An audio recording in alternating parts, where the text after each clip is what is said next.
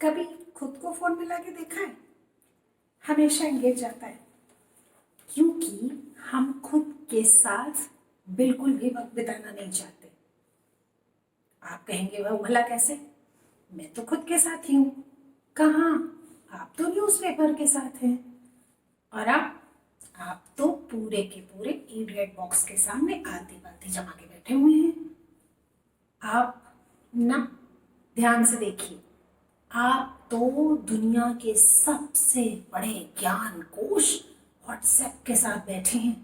तो भला आप अपने साथ कहाँ बैठे हैं?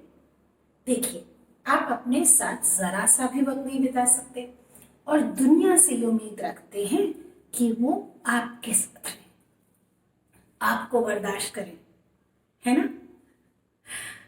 कोरोना, मगर क्या कोरोना का तो बहाना बन गया यारों। कोरोना का तो बहाना बन गया यारों। हम तो यूं ही फासले बनाते रहे। कोरोना का तो बहाना बन गया यारों। हम तो यूं भी फासले बनाते रहे। तेरी याद कहीं ख्वाबों में भी ना आ जाए। तेरी याद कहीं ख्वाबों में भी ना आ जाए। हम रात भर चिरागों को जलाते रहे। This was just to be on a lighter note. मुश्किल वक्त है, निकल जाएगा। इसको कुछ इस तरीके से सोचिए।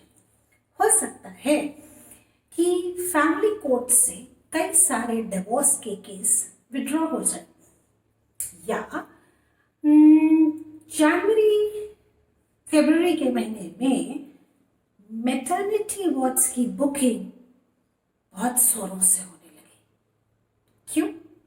आप सब मुझे से पूछ लेंगे, कुछ खुद भी तो सोचिए। मार्च का महीना बड़ा खूबसूरत होता है। आप कहेंगे मार्च तो चला गया। बिल्कुल चला गया जनाब, लेकिन मैं नई कहानी सुनाने जा रही हूँ, इसलिए मार्च का महीने का इम्पोर्टेंट है। मार्च का महीना इसलिए बड़ा अच्छा होता है क्योंकि सर्दियां अपना टोपी मफलर पहने बक्से में बंद होने की तैयारी में होती है और गर्मियां अपने सर पर खरबूज और तरबूज की टोकरी लिए आपके दरवाजे पर दस्तक दे रही होती है। मार्च 2005।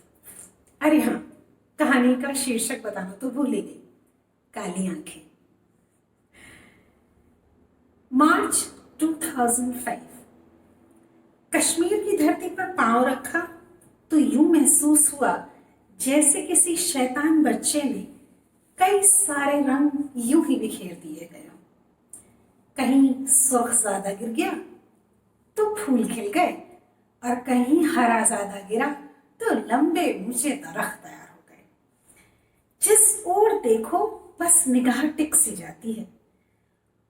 होटल की लॉबी में हर ओर कश्मीरी कला बिखरी हुई थी। सफेद कपनुमा लिबास में लिपटा हुआ केसरिया कहवा 2 घूंट पीते ही थकान झट से गायब हो गई। पति जब तक फॉर्मेलिटीज पूरी कर रहे थे तब तक मैं आसपास का जायजा लेने के लिए बाहर आ गई। सामने दूर तक फैली हुई डल झील अंगड़ाइयां ले रही थी और उस पर पसरी सूरज की किरणें परियों की कहानियों सी अटखेलियां कर रही थी। तभी एक ख्याल ने जहन पर दस्तक दी और मैं अंदर रिसेप्शन की ओर लपकी। हम यहाँ नहीं ठहरेंगे, हम हाउस बोट में ठहरेंगे। पति ने कलम की हरकत को एक लगाम दी और मेरी ओर देखा। हाँ, चलो यहां से। उनको कुछ सोचने का मौका दिए बिना मैं बाहर की ओर बढ़ गई। पूरी डल झील का चक्कर लगाकर 4-5 हाउस बोट देखने के बाद मैंने एक को फाइनल कर दिया। ये ठीक है, हम यही रहेंगे। हाउस बोट का मालिक 55-60 बरस के जावेद मियाँ बहुत ही मुस्तैदी से उन्होंने हमारा सारा सामान हाउस बोट में करीने से जमा दिया। तभी जो मेरे पति की परेशानी मेरी इस नाजेबा हरकत की वजह से बहुत ज्यादा बढ़ गई थी, उनकी पेशानी की सुकड़ा अभी तक ठीक नहीं हुई थी, मगर हाउस बोट की खूबसूरत सी सजावट ने और डल झील की शफाक सी लहरों ने उन्हें मुस्कुराने पर मजबूर कर दिया। अच्छा किया तुमने, मैंने बड़े गुरूर से खुद की पीठ थपथपाई। हुजूर जो हुक्म करेंगे वहीं पका दूंगा। जावेद मियां ने कहा, बस आधा घंटा पहले बता दीजिएगा। मेरा मगजमाशी का बिल्कुल मूड नहीं था। मैंने कहा, अभी कुछ हल्का पलका पका ले, फिर डिनर का बताते हैं। जी जी बिल्कुल, जो हुक्म करेंगे। शाम को बाजार से ले आऊंगा और डिनर में हाजिर कर दूंगा। मैंने सफेद चादर पर पांव पसारने की कोशिश की ही थी, तभी पर्दे के पीछे की एक सरसराहट से मैं चौंक गई। कौन? मैंने आवाज दी। हल्का सा पर्दा हिला और दो काली काली मोटी सी आंखों ने एक झलक से दिखलाई। मैंने मुस्कुराकर कहा, कौन है? अंदर आ जाओ। कच्ची उम्र, शायद 14 बरस, पुरानी सी मगर साफ सुथरी शलवार कमीज, सर पर बड़ी नफासत से पड़ा हुआ दुपट्टा, दो जोड़ी पैर बड़ी आहिस्ता से पर्दे के पीछे से कमरे में दाखिल हुए। मैंने मुस्कुराकर कहा, आ जाओ, अंदर आ जाओ। 2 कदम और बढ़े। मैंने पूछा, क्या नाम है तुम्हारा? कपकपाते से होंठ जरा से लर्जे।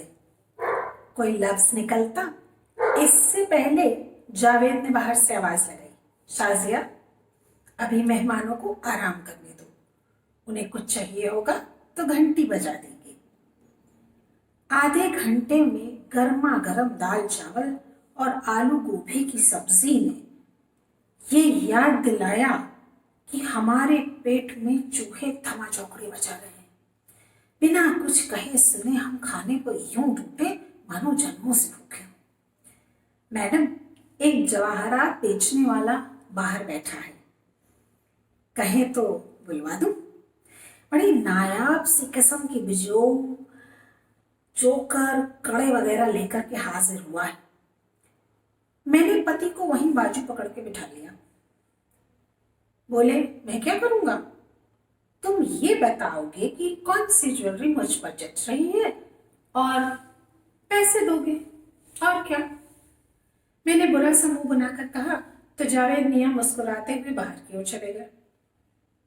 मैं मोल भाव के मामले में काफी कमजोर हूं, इसलिए भी पतिदेव की मौजूदगी जरूरी थी। मैंने कुछ चीजें देखी परखी, फिर कहा, बाद में आना, अभी तो हम कुछ रोज रुकेंगे। मैं बाहर आकर किताब पढ़ने लग गई। अचानक पाजेब की आवाज से नजरें फिर पर्दे की ओर उठी। मैंने हाथ से इशारा किया, जब काली आंखें चमकी। फिर जावेद मियां प्रकट हो गए और बोले, मैडम, शिकारा तैयार है, कहें तो झील का एक चक्कर लगवा दूं। ये बिटिया है तुम्हारी? मुझसे रहा नहीं गया, पूछ ही लिया। नहीं हुजूर, जोरू है। लकड़ी के फर्श को नाखूनों से कुरेदते हुए जावेद मियां ने कहा। मेरे हाथ से किताब छूटती इससे पहले पतिदेव ने लपक ली। चलो चलो, शिकारे में चलते हैं। रात के खाने के वक्त मैं बार बार पर्दे के पीछे की उस परछाई को ढूंढती रही। ओम भूर्भुवः स्वः। मैं सुबह सुबह बाहर बैठी पूजा कर रही थी। धियो नाम प्रचोदयात्। किसी महीन सी आवाज ने गायत्री मंत्र पूरा किया तो मैंने आंखें खोल दी। शाजिया, हाँ, यही नाम बताया था शायद जावेद ने। अरे वाह, तुम्हें तो गायत्री मंत्र आता है। कैसे? मैंने उसका हाथ पकड़ने की कोशिश की। तभी जावेद मियाँ की भारी भरकम आवाज आई, शाजिया अंदर आ। वो हकबकाकर मेरा हाथ छुड़ाकर अंदर चली गई। जावेद मियाँ बाहर आकर बोले, अरे इसको पढ़ने का बहुत शौक है और हाँ, टीवी भी खूब देखती है, वहीं से कहीं सुन लिया गया होगा। तुम समझती हो तुम कहाँ घूमने आई हो? किसी दूसरे के पचड़ों में मत पड़ो। पति की हिदायत आई। मेरा मन भटक रहा था। जानना चाहती थी अब मैं शाजिया के बारे में। उस रोज हम टैक्सी लेकर पहलगाम की ओर रवाना हो गए। रास्ते में उजड़े भूतिया अध जले से मकान, हर ओर टेररिज्म की छाप रूह को फना कर देती थी। टैक्सी वाले से पूछा, ये ऐसे घर? हाँ जनाब, ये कश्मीरी हिंदुओं के मकान हैं। मगर ये किस्सा तो काफी पुराना हुआ। कहाँ पुराना हुआ जनाब? वैसे भी काफी लोग उस समय चले गए, मगर फिर भी कुछ रह गए। जाना नहीं चाहते थे। यकीन जानिए, बहुत मिलजुल कर रहते थे लोग यहाँ, सब धर्मों के, बड़े ही प्यार और मोहब्बत के साथ। बस कुछ यूं जहर फैला फिजा में कि घाटी बदनाम हो गई। आस पड़ोस के रोज संग साथ उठने बैठने वाले लोग एक दूसरे के लहू के प्यासे हो गए। मगर साहब, खुदा बसता है इंसानों में भी। जावेद मियाँ को ही ले लीजिए। मैं एकदम से सीधी होकर बैठ गई। वो जिनकी हाउस बोट में हम ठहरे हैं? जी हाँ, वही। काफिरों की बच्ची, माफ कीजिएगा, हिंदुओं की बच्ची की जान बचाकर घर ले गए। 2 घर छोड़ के ही तो रहते थे दोनों कुनबे। अचानक से कार में ब्रेक लगा और कार एक साइड को हो गई तो बातों में विराम सा लग गया। मिलिट्री के कॉन्वॉय निकल रहे थे। 2 दिन पहलगाम घूमने के बाद तीसरे रोज हम श्रीनगर लौट आए। मैं टैक्सी वालों की बातों को भूली नहीं थी। जावेद मियाँ के लिए थोड़ी इज्जत सी महसूस हुई। फिर ये ख्याल ज्यादा हावी हो गया कि फिर शादी क्यों की उन्होंने? बेटी भी बनाकर तो रख सकते थे ना। मैंने शाजिया को देखने और मिलने की बड़ी कोशिश की, कई बहाने बनाए, मगर जावेद ने इस बात की बहुत एहतियात बरती कि किसी भी सूरत हमारा सामना ना हो। यूं तो खूबसूरत वादियां जाने ही नहीं देना चाहती, मगर साहब, छुट्टी खत्म हो गई और हम लौट आए। सामान खाली करते हुए एक मुड़ा तुड़ा सा कागज हाथ में आया। मैंने सोचा शायद कोई बिल होगा। खोला तो मेरे नाम का एक खत था। मेम साहब, जावेद ने हमें मिलने नहीं दिया। आप पहलगाम चली गई तो उसने मुझे बहुत मारा। मैं गायत्री मंत्र जप रही थी ना उस रोज। मैं खाट से उठ नहीं पा रही हूँ, इसलिए जाते हुए आपको देख भी ना पाई।